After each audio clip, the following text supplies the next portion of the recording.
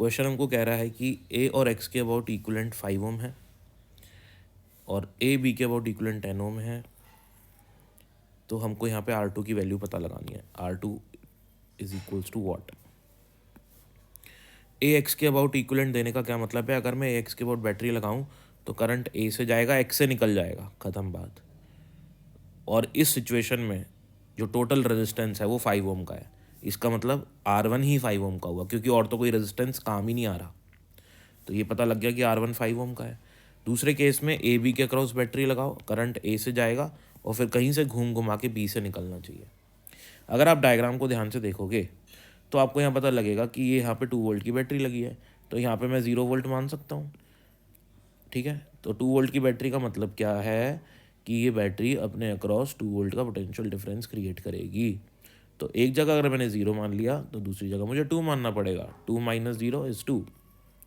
Similarly यहाँ पे 2 है तो यहाँ पे मुझे 0 मानना पड़ेगा, क्योंकि ये भी 2 वोल्ट की बैटरी है। तो ये वाला जो रजिस्टर है इसके क्रॉस इधर भी 0 वोल्ट है, इधर भी 0 वोल्ट है। तो मैंने अगर यहाँ पे बैटरी लगाई है तो करंट ने यहाँ से चले जाना है और यहाँ से जाएगा ही नहीं वो, क्योंकि यहाँ पे तो सेम पोटेंशियल डिफरेंस है।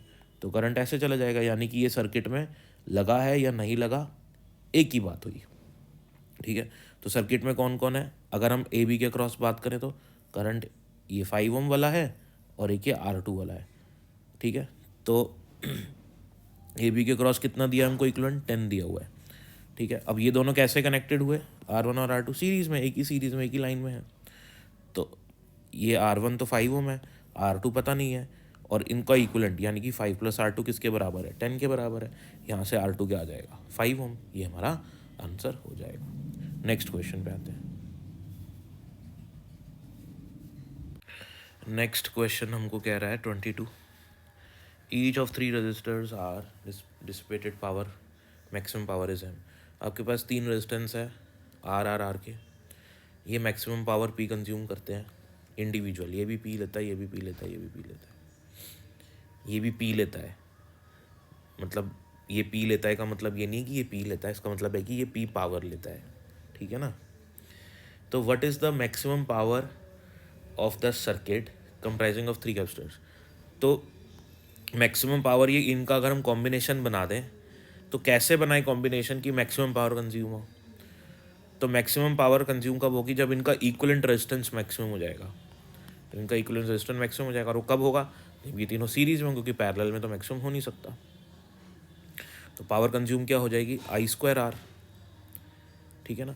अभी अगर आई करंट जा रहा है एक में, तो पावर कितनी कंज्यूम कर रही है, I²R। इसमें भी सेम करंट है, इसमें भी यही आई करंट, तो ये दोनों तीनों पी पावर कंज्यूम कर रहे हैं। तो आर इक्विवेलेंट की जगह क्या आ जाएगा, 3R। तो ये हो जाएगा I² 3R या 3I²R। तो ये हो जाएगा 3 टाइम्स ऑफ I²R ना, और I²R ही मेरा P है, इसको P' मानता हूँ। तो P' किसके बराबर आ जाएगा, 3P के। तो इनको अगर मैं तीनों को सीरीज़ में लगा दूँ ना, तो ये कितनी पावर कंज्यूम करेंगे, 3 टाइम्स 3P पावर कंज्यूम कर लेंगे। तो इससे ज़्यादा नहीं कर सकते, तो 3P हमारा आंसर हो जाएगा, और इस सिचुएशन में होगा। ऐसे ही चलते हैं हम क्वेश्चन नंबर 23 पे। फाइंड पावर कंज्यूम्ड इन स्टेडी स्टेट। तो स्टेडी स्टेट सिचुएशन में क्या फाइंड करना है हमको, पावर कंज्यूम्ड फाइंड करनी है। ठीक है ना, इन द सर्किट, पूरे सर्किट में। स्टेडी स्टेट मैंने आपको पहले भी बहुत बार बताया है कि स्टेडी स्टेट कब आती है, इनफाइनाइट टाइम पे। और उस पर क्या हो जाता है कि कैपेसिटर फुल्ली चार्ज हो जाते हैं और कैसे बिहेव करते हैं, ओपन सर्किट की जैसे। मतलब जहाँ जहाँ कैपेसिटर लगाए वहाँ पे आप क्या लगा दोगे, टूटी हुई वायर लगा दोगे। तो देखो जहाँ जहाँ कैपेसिटर लगा है, एक कैपेसिटर यहाँ लगा है, एक कैपेसिटर यहाँ लगा है, तो यहाँ पे आप वायर तोड़ दोगे। ठीक है, अब देखो करंट सर्किट में कैसे जाएगा, यहाँ से जाना शुरू होगा, यहाँ जा नहीं पाएगा, यहाँ जाएगा, यहाँ पे भी नहीं जा पाएगा, क्योंकि यहाँ जाने के बाद करंट को रिटर्न होना पड़ेगा, रिटर्न हो नहीं पाएगा। तो इसलिए करंट यहाँ जाके सीधा यहीं आ जाएगा। तो यानी कि ये तीनों रजिस्टर अब काम के नहीं रहे। तो करंट कितना हो जाएगा सर्किट में, करंट हो जाएगा I = V/R। V तो 2V है, और रेजिस्टेंस हो जाएगा ये 2 + 2 4। तो I हो जाएगा अपने पास 1/2 एम्पियर के बराबर। तो पावर होती है हमारी I² R इक्विवेलेंट। तो I तो निकाल चुके अपन 1/2, आर इक्वलेंट कितना होगा इन दोनों का, दोनों सीरीज़ में है, क्योंकि ये तो है ही नहीं, ये आप देखो ना, ये है ही नहीं, क्योंकि ये करंट नहीं जा रहा, तो कुछ भी बना दो यहाँ पे, doesn't matter, right, because current will not go in that branch. Okay, so R equivalent will be 2 + 2, that is 4. So 1/2 का square is 1/4, 4 get cancel and power consumed by this whole circuit will be 1 watt. Let us move to the next question, question number 24. Question number 24 कह रहा है कि आपको ए और B के across are equivalent निकालना है. तो हम हर पॉइंट पे पोटेंशियल निकाल लेते हैं, हर रजिस्टर के अक्रॉस पोटेंशियल निकाल लेते हैं. इधर ए वोल्ट मान लेते हैं, इधर मालूम नहीं तो एक्स वोल्ट मान लिया, है ना, और इधर हम लोग मान लेते हैं ये बी वोल्ट है, ये भी पूरी बी वोल्ट होगा, ये भी पूरा बी वोल्ट होगा. ठीक है, तो ये सारे हर रजिस्टर के क्रॉस हमको पोटेंशियल पता चल गया. कोई भी रजिस्टर हो, हर रजिस्टर के क्रॉस पोटेंशियल पता है. अब इसको डायग्राम को थोड़ा सा सॉल्व कर लेते हैं. एक तरफ ए टर्मिनल से बी टर्मिनल कितनी वायर्स जुड़ी हैं, सीधा ए से बी एक तो ये रेजिस्टेंस जुड़ा है, ए से बी एक तो ये रेजिस्टेंस जुड़ा है, दो जुड़े हुए हैं. ठीक है, तो ए से बी एक तो ये बना दिया हमने, और नीचे लेके एक ए से बी ये बना दिया, यानी कि दोनों पैरेलल में लगे. ठीक है, बात आगे चलते हैं. अब ए से और कौन कौन से जुड़े हैं, ए से जुड़ा है ये वाला एक्स, ठीक है, और ए एक्स पे और कोई है नहीं, ए एक्स पे सिर्फ यही है, तो ये लगा दिया कि ए रजिस्टर आया और एक्स टर्मिनल आ गया. अब एक्स टर्मिनल से बी टर्मिनल एक ये है, एक्स टर्मिनल से बी टर्मिनल एक ये है. ठीक है, तो एक्स टर्मिनल से बी टर्मिनल दो वायर्स हैं, तो मतलब वो दोनों पैरेलल में हैं, फिर उसको बी से जोड़ दिया. ठीक है, अब एक ये वाली वायर रह गई, इसके एक साइड पे कितना है बी वोल्ट, दूसरे पे भी कितना है बी वोल्ट, तो ये तो शॉर्ट हो गई. ठीक है, जब रजिस्टर के अक्रॉस सेम वोल्टेज हो जाता है वो शॉर्ट हो जाती है, तो ये यूजलेस है, राइट. तो अब ये हमारा सिंप्लीफाई हो गया डायग्राम. अब ये दोनों पैरेलल में, R/2 इसके साथ R/2 + R इसके साथ सीरीज़ में, दैट इज़ 3R/2, है ना. अब 3R/2 ये पूरा का पूरा 3R/2 हो गया. अब ये दोनों कैसे हैं पैरेलल में, इनका हो जाएगा R/2, तो 3R/2 और R/2 आपस में पैरेलल में, तो 3R/2 और R/2 पैरेलल में, यानी कि 3R/2 × R/2 upon 3R/2 + R/2, ये किसके बराबर हो जाएगा आपका, इसको सॉल्व करेंगे तो हमारा 2 × 2 = 4, 3R² न्यूमरेटर में आ जाएगा, यहाँ पे आ जाएगा 4R/2. इसको सॉल्व करेंगे, इसको इधर ले जाएंगे, मल्टीप्लाई करेंगे, 2/4R लिख देंगे, और फिर सॉल्व करके हमारे पास आंसर आ जाएगा 3R/8. चलते हैं नेक्स्ट क्वेश्चन की तरफ. Question number 25. क्वेश्चन नंबर 25 कह रहा है कि रीडिंग बताओ एमीटर की कितनी होगी. सीधी सी बात है, करंट, बैटरी जितना करंट देती है वापस ले लेती है, सेम करंट. ठीक है, करंट साइकिल में घूमता है, ध्यान रखना, और कभी रिवर्स नहीं जाता, तो ये साइकिल में घूमेगा. अब यहाँ जाएगा, तो यहाँ जाने के बाद फिर दो रास्ते हैं, इधर जाए या इधर जाए. अब इधर जा नहीं सकता, आ रही है बात समझ में, तो इधर ही नहीं जाएगा करंट, क्योंकि करंट का टारगेट क्या है, प्लस पॉजिटिव टर्मिनल से घूम के वापस नेगेटिव पे पहुंच जाना. तो करंट जो है यहाँ से स्टार्ट होके इधर जाएगा ही नहीं, क्योंकि इधर जाएगा तो अगर कुछ करंट, एक सिचुएशन ऐसी आ जाएगी करंट इधर जा रहा है और यही इसी का कुछ पार्ट वापस घूम के इधर आ रहा है, तो ऐसे होएगा ही नहीं कि करंट इधर भी जा रहा है और यही करंट वापस इधर भी आ रहा है. This is not possible. So this current will move in this branch, and this current will move in this branch, right? So no current will flow in this ammeter. So 0 ampere will be the reading of the ammeter. Let us come to question number 26. Question number 26 कह रहा है कि आपके पास एक register है T degree Celsius पे, उसका जो रेजिस्टेंस है वो ये गिवन है हमको. R0 जो रेजिस्टेंस है वो 0 डिग्री पे है. ठीक है, coefficient of resistance at temperature T, तो आपको अल्फ़ा फाइंड करना है T टेम्परेचर पे कितना होगा, अल्फ़ा. अब आपको पता है कि रेजिस्टेंस जो है किसी वायर का टेम्परेचर के साथ बदलता है. कंडक्टर का रेजिस्टेंस टेम्परेचर इंक्रीज करोगे तो कंडक्टर का रेजिस्टेंस भी इंक्रीज होता है. ठीक है, कंडक्टर का रेजिस्टेंस इंक्रीज होता है ऐसे, राइट. अलॉयज़ का भी रेजिस्टेंस इंक्रीज होता है, सेमी कंडक्टर का डिक्रीज होता है रेजिस्टेंस टेम्परेचर के साथ. तो जो रिलेशन होता है वही होता है R T R one plus alpha del T. यही रिलेशन लेंथ में भी देखा होगा आपने, एक्सपेंशन, थर्मल एक्सपेंशन वाले चैप्टर में, अल्फा डेल टी, है ना। तो इसी रिलेशन को यूज़ करता हूँ मैं। अब आर टी बराबर R one plus alpha del T हो गया, आर को मल्टीप्लाई कर दो यहाँ पे, तो ये जाएगा R plus alpha R del T. ये वाले आर को लेफ्ट साइड पे ले लो, R T minus R alpha R del T हो जाएगा, ठीक है। अब मुझे अल्फ़ा की वैल्यू चाहिए, तो ये आर डेल टी जो है इसको यहाँ न्यूमरेटर में ले लेते हैं, ठीक है। तो ये हो जाएगा मेरा आर डेल टी, तो अल्फ़ा की वैल्यू आ गई। अब मैं अल्फ़ा को, ये क्या है, डिफरेंस ऑफ रेजिस्टेंस है, और ये क्या है, डिफरेंस ऑफ टेम्परेचर है। तो मैं इस डिफरेंस ऑफ रेजिस्टेंस को डी आर भी लिख सकता हूँ, और इस डिफरेंस ऑफ टेम्परेचर को डी टी भी लिख सकता हूँ। तो अल्फ़ा को ऐसे इस फॉर्मेट में भी लिखा जाता है, इसको कहते हैं डिफरेंशियल फॉर्म। क्या कहते हैं इसको? Differential form, right. तो alpha equals to D R upon R T T. अब मुझे अगर अल्फ़ा चाहिए तो मुझे रेजिस्टेंस का टेम्परेचर के रेस्पेक्ट में डिफरेंशिएशन करना पड़ेगा। मुझे ये पता है कि यहाँ पे ये जो रेजिस्टेंस है ये टेम्परेचर के साथ बदल रहा है, और इस तरीके से बदल रहा है। तो इस आर की वैल्यू मैं यहाँ सब्सटीट्यूट कर दूंगा, फिर उसको टेम्परेचर के रेस्पेक्ट में डिफरेंशिएट करूँगा। तो मैंने ये आर की वैल्यू यहाँ सब्सटीट्यूट कर दी है, right. R not one plus A T plus B T square. अब आर नॉट कॉन्स्टेंट है, डिफरेंशिएशन के साइन के बाहर ले जाएंगे, बचेगा one plus A T plus B T square. One का डिफरेंशिएशन हो जाएगा ज़ीरो, ए टी का हो जाएगा ए, बी टी स्क्वायर का हो जाएगा टू बी टी। यहाँ पे अपन ने लिख लिया, ये हो गया डिफरेंशिएशन, राइट। अब ये हमारे पास किसकी वैल्यू आ गई? D R by D T की। ये किसकी वैल्यू आई हमारे पास? D R by D T की। अब ये D R by D T की वैल्यू आप यहाँ सब्सटीट्यूट कर दो, ठीक है। और आर आपको क्वेश्चन में गिवन ही है, व्हाट इज आर?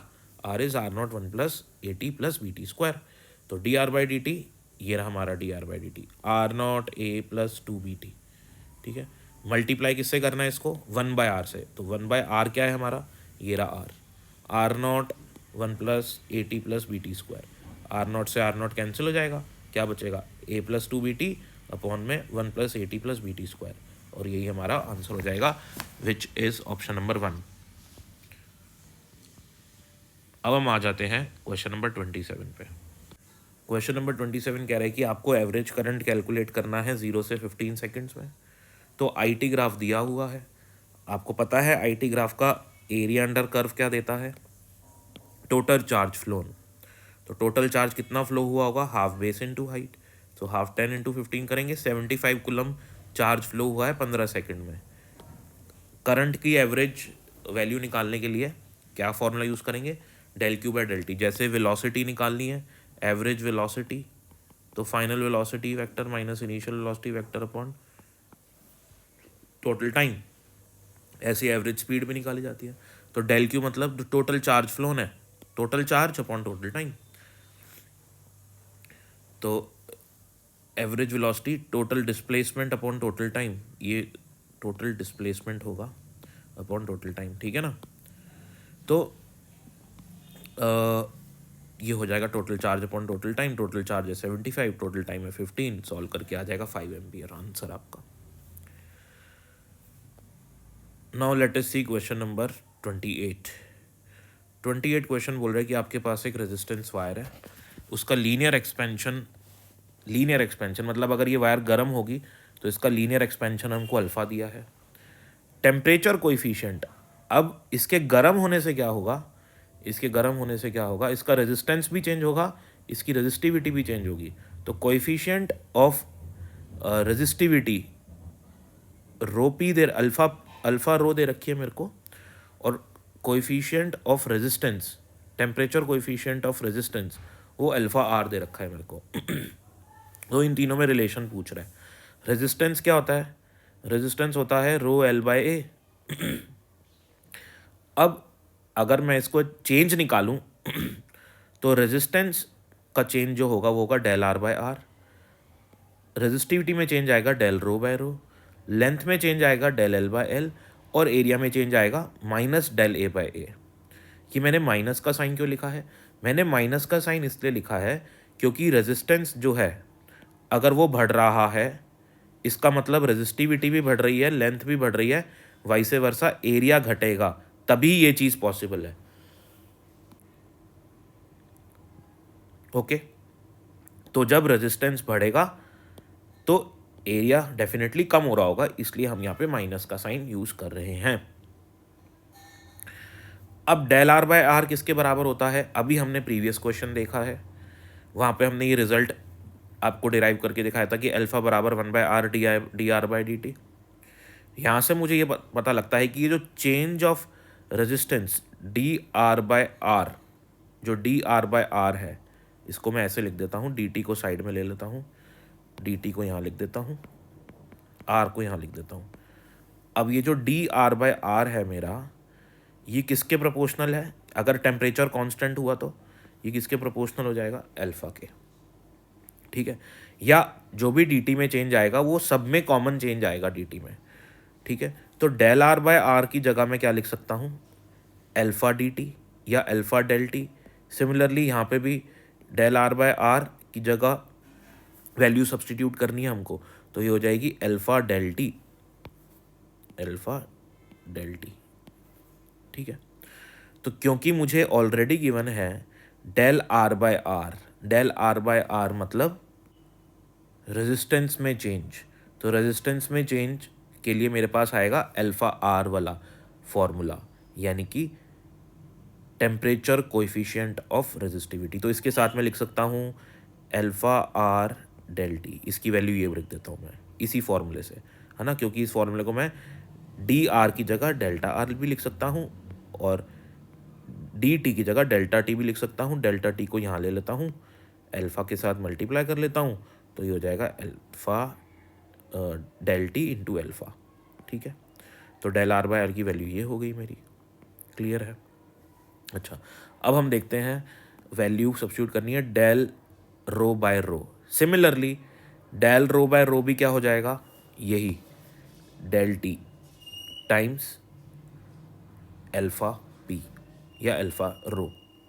ठीक है, similarly del L by L, L by L क्या है? Change in length. अब आपने ये भी फॉर्मूला पढ़ा हुआ है, L equals to del alpha, del L equals to L alpha del T.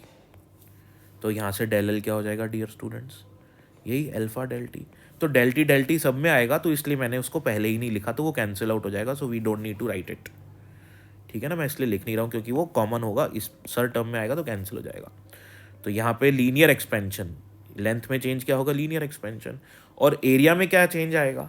जो एरिया में चेंज आएगा वो लीनियर एक्सपेंशन का डबल होता है, क्योंकि एरियल एक्सपेंशन बीटा होता है और beta is twice of alpha होता है, तो इसलिए यहाँ पे ट्वाइस ऑफ अल्फा लिखूंगा। क्लियर होगी बात? तो अल्फा माइनस टू अल्फा क्या आ जाएगा? Minus alpha. तो ये मेरा रिजल्ट हो गया and this is the answer, option number 1। So question number 29 पे आ जाते हैं। 29 क्या कह रहा है? आपके पास एक कंडक्टिंग वायर है, इसका एरिया क्रॉस सेक्शन एरिया ये वाला 1 सेंटीमीटर स्क्वायर है, इसमें करंट 10 एम्पियर है, चार्ज पर यूनिट वॉल्यूम, इसमें पर यूनिट वॉल्यूम इतना चार्ज है, बताओ ड्रिफ्ट वेलोसिटी कितनी होगी? आपको पता है करंट और ड्रिफ्ट वेलोसिटी में relation I equals to N A V D, I पता, एन पता, ई पता, ए पता, वी डी निकालना है। सारी वैल्यू सब्सटीट्यूट कर देंगे एसआई यूनिट्स में, इसको चेंज करना पड़ेगा, 10⁻⁻4 हो जाएगा, बाकी सारी यूनिट वैल्यूज ऐसे सब्स्टिट्यूट करेंगे, सॉल्व करके वीडी निकल जाएगा। ये तो सिंपल ही क्वेश्चन था, फॉर्मूला बेस्ड। है क्वेश्चन नंबर 30 में। 30 क्या कह रहा है? Select the correct statement.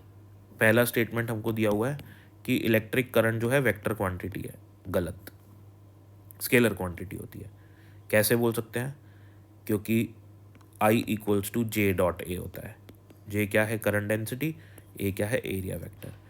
तो करंट जो है वो current density and area vector का डॉट प्रोडक्ट है। ठीक है, तो इसलिए वो या स्केलर प्रोडक्ट है। Current is the scalar product of J and A, scalar product of J and A vector. Second option क्या कह रहा है? Resistivity of a conductor decreases with increase in temperature. नहीं, रेजिस्टिविटी जो कंडक्टर की है वो टेम्परेचर के बढ़ने के साथ बढ़ती है।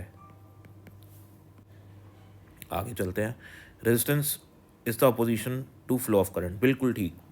तो हमारा थर्ड पार्ट बिल्कुल ठीक हो जाएगा कि रेजिस्टेंस जो है वो करंट को अपोज करता है, थर्ड ठीक हो जाएगा। फोर्थ पार्ट क्या कह रहा है, current density is a scalar quantity. नहीं, करंट डेंसिटी वेक्टर है, ये करंट डेंसिटी एक वेक्टर क्वांटिटी होती है। Let us start question number 31। 31 question में कह रहा है कि the potential difference across 4 ohm resistor is, इसके अक्रॉस कितना पोटेंशियल डिफरेंस है, और हमको गिवन क्या है, यहाँ पे 12 वोल्ट की बैटरी है। देखो यहाँ पे इक्विवेलेंट रेजिस्टेंस कितना है, 5 और 20 का कितना हो जाएगा, 5 इंटू 20/5 प्लस 20 करने पे आ जाएगा अपना 100/25, यानी कि 4 आ जाएगा। यानी कि इन दोनों को मिला के एक रजिस्टर बनेगा 4 ओम का। साथ में एक ये भी रजिस्टर लगा है, ये भी 4 ओम का है, दोनों 4 ओम के हैं। 4 + 4 8 ओम। तो ये जो पूरी ब्रांच है, इस पूरी ब्रांच का रेजिस्टेंस है 8 ओम। ऐसे ही ये जो नीचे वाली ब्रांच है, इसका भी टोटल रेजिस्टेंस है 8 ओम।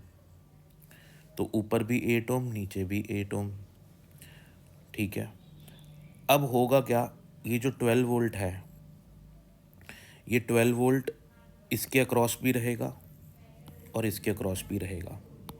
इधर 0 वोल्ट मान लेता हूँ और इधर 12 वोल्ट मान लेता हूँ। यहाँ पे भी 12 वोल्ट और इधर भी 12 वोल्ट ही रहेगा। ठीक है। अब ये दोनों मिलके कितना वोल्टेज लेंगे, ये दोनों का मिला के जो रेजिस्टेंस बनता है वो बनता है 4 ओम। इन दोनों को मिला के कितना रेजिस्टेंस बनता है, 4 ओम। ये भी कितना है, 4 ओम। तो इस पूरी ब्रांच ने कितना वोल्टेज लेना है, इस पूरी ब्रांच ने 12 वोल्टेज लेना है, क्योंकि यहाँ पे 0 वोल्ट है, यहाँ पे 12 वोल्ट है। तो इस पूरी ब्रांच ने लेना है 12 वोल्ट। तो ये भी दोनों मिला के 4 ओम है और ये भी 4 ओम है। तो ये जो 12 वोल्ट है दोनों में आधा आधा डिस्ट्रीब्यूट हो जाएगा। तो यानी कि ये लेगा 6 वोल्ट और ये भी लेगा 6 वोल्ट। क्वेश्चन ख़त्म। तो ये कितना वोल्टेज कंज्यूम करेगा, पोटेंशियल डिफरेंस इसके अक्रॉस कितना रहेगा, 6 वोल्ट का। हो गया क्वेश्चन, बिना कुछ सॉल्व करे हो गया, बस ये देखना था। नेक्स्ट ट्रैवल करते हैं क्वेश्चन नंबर 32 के ऊपर। क्वेश्चन नंबर 32 कह रहा है temperature coefficient of resistance of tungsten. Tungsten का टेम्परेचर कोएफिशिएंट ऑफ रेजिस्टेंस है 4.5 इंटू 10⁻³ डिग्री सेल्सियस।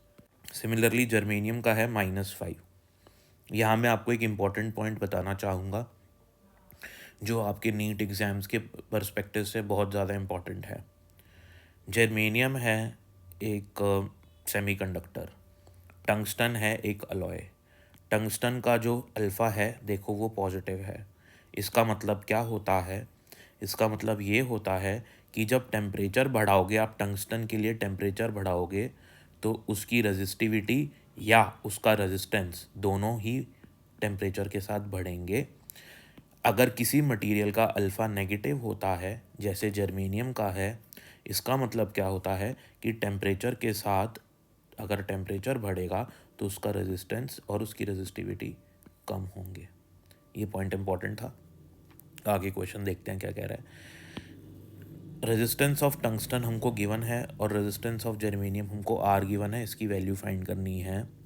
और क्वेश्चन ने कंडीशन दी है the value of R for which the resistance of combination does not change with temperature. तो इन दोनों का अपन ने कंबाइन कर दिया, तो इन दोनों का जो कॉम्बिनेशन है उसका जो रेजिस्टेंस है उसमें कोई चेंज नहीं आए। ठीक है ना। तो आर की ऐसी क्या वैल्यू हो कि इन दोनों का जो कॉम्बिनेशन बने जब टेम्परेचर चेंज हो तो क्या होगा, जो टेम्परेचर चेंज होने से टंगस्टन वाली जो वायर है, अभी मैंने आपको बताया, उसका रेजिस्टेंस बढ़ेगा।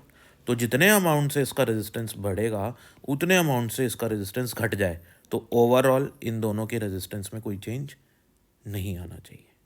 ये क्वेश्चन है। तो इसका रेजिस्टेंस कितना होना चाहिए, ये क्वेश्चन है। तो इनका आर इक्विवेलेंट कांस्टेंट रहना चाहिए। अब हमने पीछे ये सॉल्व करा हुआ है कि जो चेंज, जैसे चेंज इन लेंथ क्या होता है, L alpha del T, similarly change in resistance भी क्या होता है, R naught alpha del T, होता है ना। अब इसी रिजल्ट को मैं यूज़ कर लेता हूँ, तो टोटल चेंज इन रेजिस्टेंस कितना आएगा मेरा डियर स्टूडेंट्स? 0। ये क्वेश्चन है, गिवन है मेरे को। इसका कितना रेजिस्टेंस में चेंज आएगा? Change del R, R alpha del T, तो आर टंगस्टन का, अल्फा टंगस्टन का, चेंज इन टेम्परेचर, क्योंकि दोनों का सेम अमाउंट से टेम्परेचर चेंज है। सिमिलरली प्लस जर्मीनियम का डेल टी बराबर 0। ठीक है, डेल टी कॉमन है, कट जाएगा। आर टंगस्टन की वैल्यू, टंगस्टन का अल्फ़ा, ये है अल्फ़ा जर्मीनियम का, माइनस का है तो यह माइनस का साइन आ गया। और आर जर्मीनियम का रेजिस्टेंस फाइंड करना है, उसको आर माना हुआ है, इसको राइट साइड पे लेके जाएंगे। ठीक है, तो हमारे पास ये इक्वेशन बनेगी, आर के लिए सॉल्व करेंगे, 9 ओम हमारा आंसर आ जाएगा। बहुत अच्छा क्वेश्चन था ये। चलते हैं नेक्स्ट क्वेश्चन की तरफ। This is question number 33।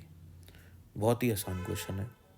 Question ये कह रहा है आपके पास एक इन्फिनिट लैडर है, इसमें आर की वैल्यू क्या हो, ध्यान से सुनना, आर की वैल्यू क्या हो कि जो आपका ए बी के अक्रॉस, मैंने ए टर्मिनल बनाया नहीं, ये अभी बनाता हूँ, ये ए है, ये बी है।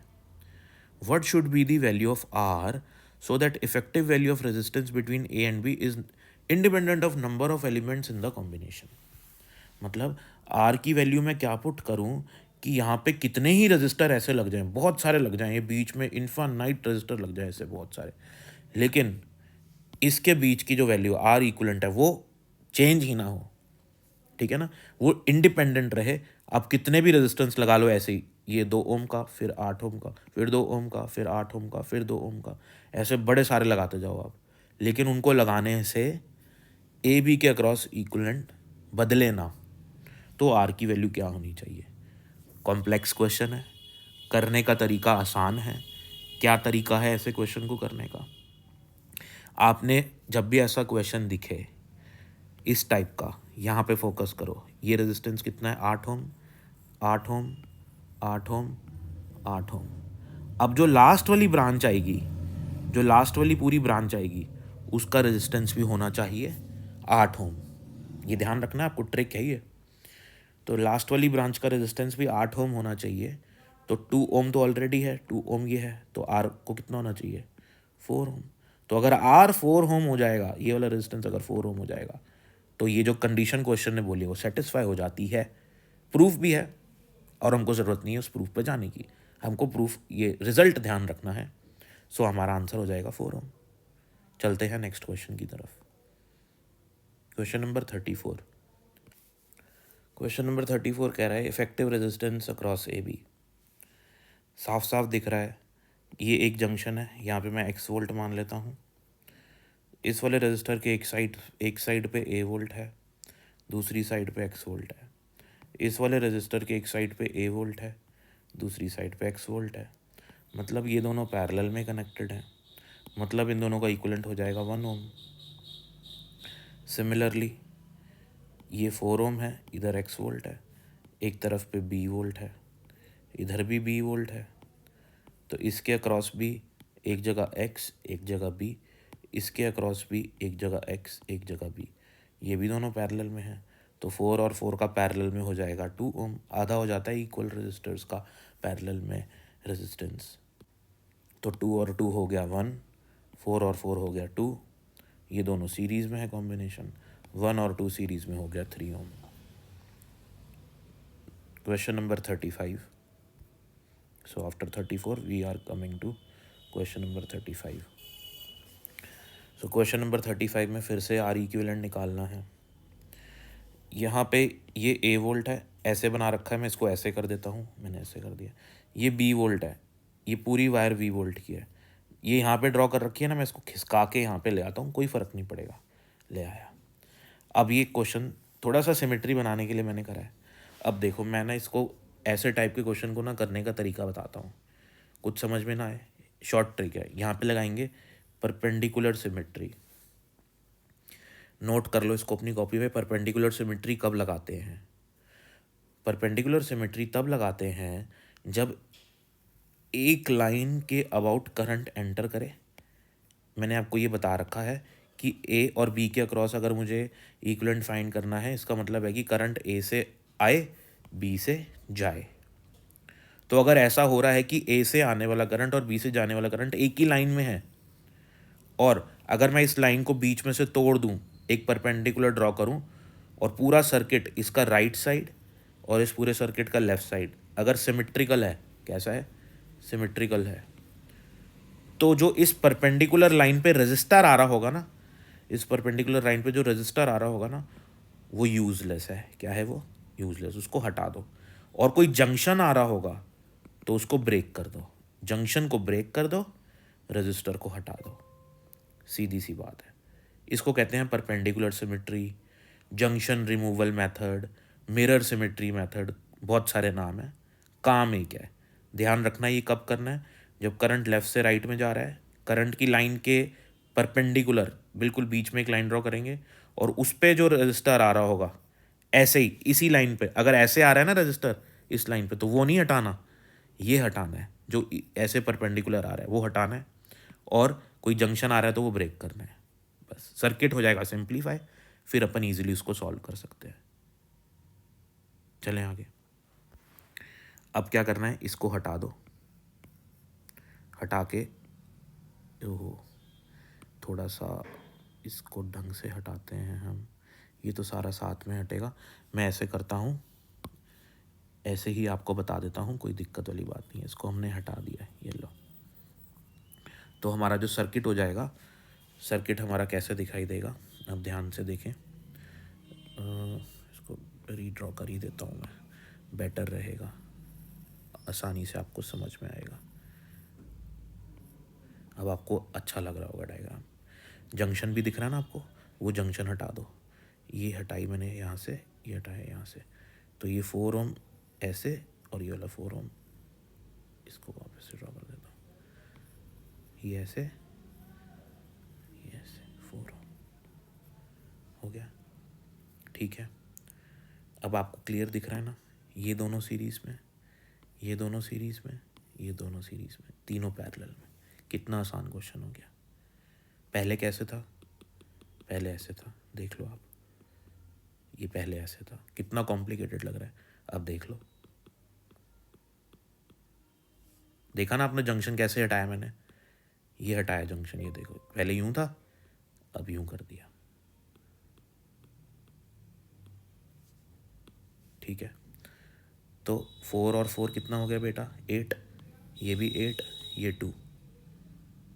ठीक है, तो 4 4 8 हो गया, 8 और 8, ये भी 8 हो गया आपका, और ये वाला 8 और ये वाला 8 आपका हो जाएगा 4। 8 और 8 पैरेलल में हो जाएंगे 4, ये भी 4 है, 4 और 4 पैरेलल में क्या हो जाएगा, 2। आंसर आ गया आपका 2 ओम। क्वेश्चन नंबर 36 पे आ जाते हैं। क्वेश्चन नंबर 36 कह रहा है, इन the circuit shown the thermal power dissipated in R1 is P। जो R1 है इसमें P पावर जो है आपकी डिसिपेट हो रही है, तो R2 में कितनी होगी, इसमें कितनी होगी पावर। यहाँ I करंट जा रहा है, यहाँ भी I करंट जा रहा है, इसका रेजिस्टेंस R है, ये 2R है, और ये R है। P2 निकालना है मेरे को। तो सीधी सी बात है, देखो यहाँ पे क्या करेंगे हम,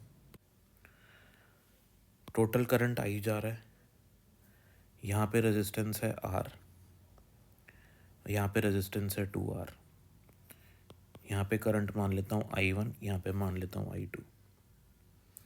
क्योंकि ये रेजिस्टेंस डबल है और ये रेजिस्टेंस उसका आधा है, तो टोटल करंट अगर I है, तो जब भी पैरेलल कॉम्बिनेशन होता है, तो पैरेलल कॉम्बिनेशन में, in parallel combination current divide हो जाता है, current divides in inverse ratio of resistance. तो I1 करंट हो जाएगा I R2 upon R1 plus R2, और I2 हो जाएगा I R1 upon R1 plus R2। मुझे चाहिए I1 हो जाएगा टोटल करंट R2 क्या है, ये इसको R2 मानेंगे, ठीक है। तो 2R, R1 प्लस R2 हो जाएगा 3R, R से R कैंसिल हो जाएगा, ये हो जाएगा 2I/3, यानी कि ये हो जाएगा I/3, ठीक है। मुझे ये वाला करंट चाहिए I1, राइट। अब पावर क्या होती है, फर्स्ट इसमें ही मेरे को पावर निकालनी है, P2 में R2 में, तो इसको P2 लिख लेता हूँ। करंट कितना है, ये I², रेजिस्टेंस कितना है R, सॉल्व करेंगे 4I²/3 इंटू R, 3 की जगह स्क्वायर हो जाएगा 9 आएगा। I²R क्या है, I²R आपका P है यहाँ पे, I²R, क्योंकि इस वाले ब्रांच में करंट I है, रेजिस्टेंस R है, पावर P है, तो पावर P I²R है। तो ये जो I²R है इसकी जगह P लिख देंगे, तो यहाँ पे हम लिख लेंगे कि P2 = 4/9P, ये हमारा आंसर हो जाएगा। क्वेश्चन नंबर 37 पे आते हैं। In the circuit shown in figure if ammeter and voltmeter are ideal, ये आइडियल वोल्ट मीटर है, ये आइडियल एम्प मीटर है। Power consumed in 9 ohm, 9 ohm में कितनी पावर कंज्यूम होगी। आइडियल वोल्ट मीटर, ध्यान रखो, आइडियल वोल्ट मीटर का रेजिस्टेंस होता है इनफाइनाइट, आइडियल एमीटर का रेजिस्टेंस होता है 0। इसका रेजिस्टेंस अगर इनफाइनाइट है तो इतना ज़्यादा रेजिस्टेंस है कि यहाँ से करंट ही नहीं जा पाएगा, तो मतलब करंट इस ब्रांच में से जाएगा नहीं, मतलब यहाँ पे कोई वोल्टेज का ड्रॉप नहीं आएगा। ये लगा है नहीं लगा है मैटर ही नहीं करता, यहाँ से करंट आराम से चला जाएगा क्योंकि इसका रेजिस्टेंस 0 है। मुझे निकालना है कि यहाँ पे कितनी पावर कंज्यूम होगी 9 ओम के रजिस्टर पे। सबसे पहले मैं टोटल करंट निकाल लेता हूँ। टोटल करंट का फॉर्मूला होता है net EMF upon total resistance, यानी कि R इक्विवेलेंट। R इक्विवेलेंट निकालना पड़ेगा मेरे को। टोटल नेट EMF तो मेरा 30 वोल्ट है, टोटल रेजिस्टेंस क्या हो जाएगा, 9 और 6 सीरीज़ में 15 ओम हो जाएगा, 15 ओम और 30 ओम पैरेलल में, तो इसका इक्विवेलेंट निकालेंगे 15 × 30 अपॉन 15 + 30, यानी कि 45 हो गया यहाँ पे। तो 45 और न्यूमरेटर में 15 × 30 सॉल्व करेंगे, या मैंने सॉल्व कर रखा है, 10 आ जाएगा। तो ये आपका करंट हो जाएगा पूरा। नेट EMF है 30, टोटल रेजिस्टेंस क्या है 20, और ये पूरा का पूरा मिला के 10 है, तो 20 + 10 हो जाएगा 30, तो 30/30 हो जाएगा 1। तो सर्किट में जो करंट जाएगा आपका वो जाएगा 1 एम्पियर का, यहाँ पे भी जाएगा 1 एम्पियर का। ये 1 एम्पियर का करंट दो जगह डिवाइड होगा, यहाँ तो जाएगा ही नहीं क्योंकि इसका रेजिस्टेंस इनफाइनाइट है, यहाँ कोई करंट नहीं जा पाएगा। ऊपर कितना रेजिस्टेंस है 15 का, नीचे कितना है 30 का, ठीक है। अभी अभी मैंने पिछले क्वेश्चन में भी आपको निकालना सिखाया है। तो टोटल करंट अगर मेरा 1 एम्पियर है तो वो डिवाइड हो जाएगा इन्वर्स रेशियो में। यहाँ वाले करंट को अगर मैं I1 मान रहा हूँ तो I1 का फॉर्मूला मैंने अभी आपको निकाल सिखाया है बस पीछे वाले क्वेश्चन में, इसमें 36 में। तो सेम I1 ये हो जाएगा आपका I × R2/R1 + R2। इसमें आप इसको पूरे को R1 मानेंगे, इसको R2 मानेंगे, तो I1 की वैल्यू, R2 है आपका 30, R2 ये 30 है आपका, ऊपर वाला है आपका R1 + R2 45 हो जाएगा। टोटल करंट I है 1 एम्पियर, I1 आ जाएगा 2/3। अब यहाँ पे करंट कितना जा रहा है 2/3 एम्पियर, तो पावर निकालनी आसान है, रेजिस्टेंस पता है, करंट पता है, पावर निकल जाएगी। पावर होता है I²R, तो I² हो जाएगा 4/9, R है 9, आंसर आ जाएगा 4 वाट। आगे चलते हैं नेक्स्ट क्वेश्चन पे। Question number 38। क्वेश्चन नंबर 38 कह रहा है कि power dissipated in 3 ohm is 12 watt, तो 4 ओम में कितनी पावर डिसिपेट होगी। तो ये जो पावर दी हुई है इसका हम यूज़ कर लेते हैं। पावर का फॉर्मूला होता है I²R। पावर दी हुई है 12, करंट पता नहीं है, रेजिस्टेंस है 3 इधर चला जाएगा, 12/3 4 हो जाएगा, स्क्वायर है, सॉल्व करके आई आ जाएगा 2 एम्पियर, यानी कि इस ब्रांच में 2 एम्पियर का करंट है। अगर इस ब्रांच में 2 एम्पियर का करंट है, ये ब्रांच का रेजिस्टेंस क्या है 3, ये ब्रांच का रेजिस्टेंस क्या है 6, तो इधर ऊपर वाली ब्रांच में डबल रेजिस्टेंस है, ऊपर वाली ब्रांच में डबल रेजिस्टेंस है। करंट कितना है नीचे, करंट है 2 एम्पियर का, तो करंट यहाँ से आ रहा होगा और डिवाइड हो गया होगा। अगर यहाँ पे 3 एम्पियर के पास 3 ओम के पास 2 एम्पियर का करंट है, तो वोल्टेज कितनी आई यहाँ पे 3 2 जा 6, यहाँ पे भी तो 6 वोल्ट होनी चाहिए, तो यहाँ करंट कितना होना चाहिए उस हिसाब से 1 एम्पियर का। अगर यहाँ पे 1 एम्पियर का जाएगा करंट, तभी तो यहाँ पे वोल्टेज 6 की होगी, क्योंकि पैरेलल में वोल्टेज सेम होती है। तो ये पता लग गया कि यहाँ पे 1 एम्पियर का करंट जा रहा होगा। तो यहाँ पे पावर निकालनी आसान है, इधर पावर निकालनी आसान है, क्योंकि अब आपको यहाँ पे करंट पता है कितना है 1 एम्पियर का। तो पावर कितनी कंज्यूम करेगा ये I²R, 1 का square into 4 what, answer. Next question, question number 39। Question number 39 कह रहा है कि ए पॉइंट पे जो पोटेंशियल है और बी पॉइंट पे जो पोटेंशियल है उनका डिफरेंस कितना होगा। 2 एम्पियर का करंट यहाँ जा रहा है, फिर वापस आ रहा है। इस वाली ब्रांच का टोटल रेजिस्टेंस है 2 + 3 5, नीचे वाली ब्रांच का टोटल रेजिस्टेंस है 3 + 2 5, यानी कि ऊपर और नीचे जो करंट है वो बराबर बराबर डिस्ट्रीब्यूट हो जाएगा, क्योंकि ऊपर और नीचे सेम टोटल रेजिस्टेंस है। तो 1 एम्पियर करंट यहाँ से जाएगा, 1 एम्पियर करंट यहाँ से जाएगा।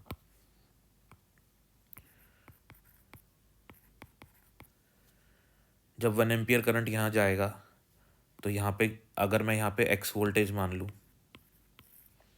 तो यहाँ कितना वोल्टेज का ड्रॉप आएगा, ओम्स लॉ लिखते हैं इस ब्रांच के लिए, x - VA, इस ब्रांच के लिए लिख रहा हूँ।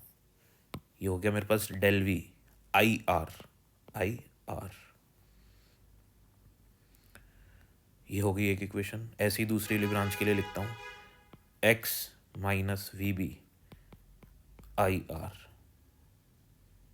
ठीक है, दोनों इक्वेशंस को सबट्रैक्ट करता हूँ, दूसरी वाली माइनस पहली वाली, तो दूसरी वाली माइनस पहली वाली करेंगे तो हमारे पास क्या आएगा, x कैंसिल हो जाएगा, ठीक है, VB और ये हो जाएगा -VA।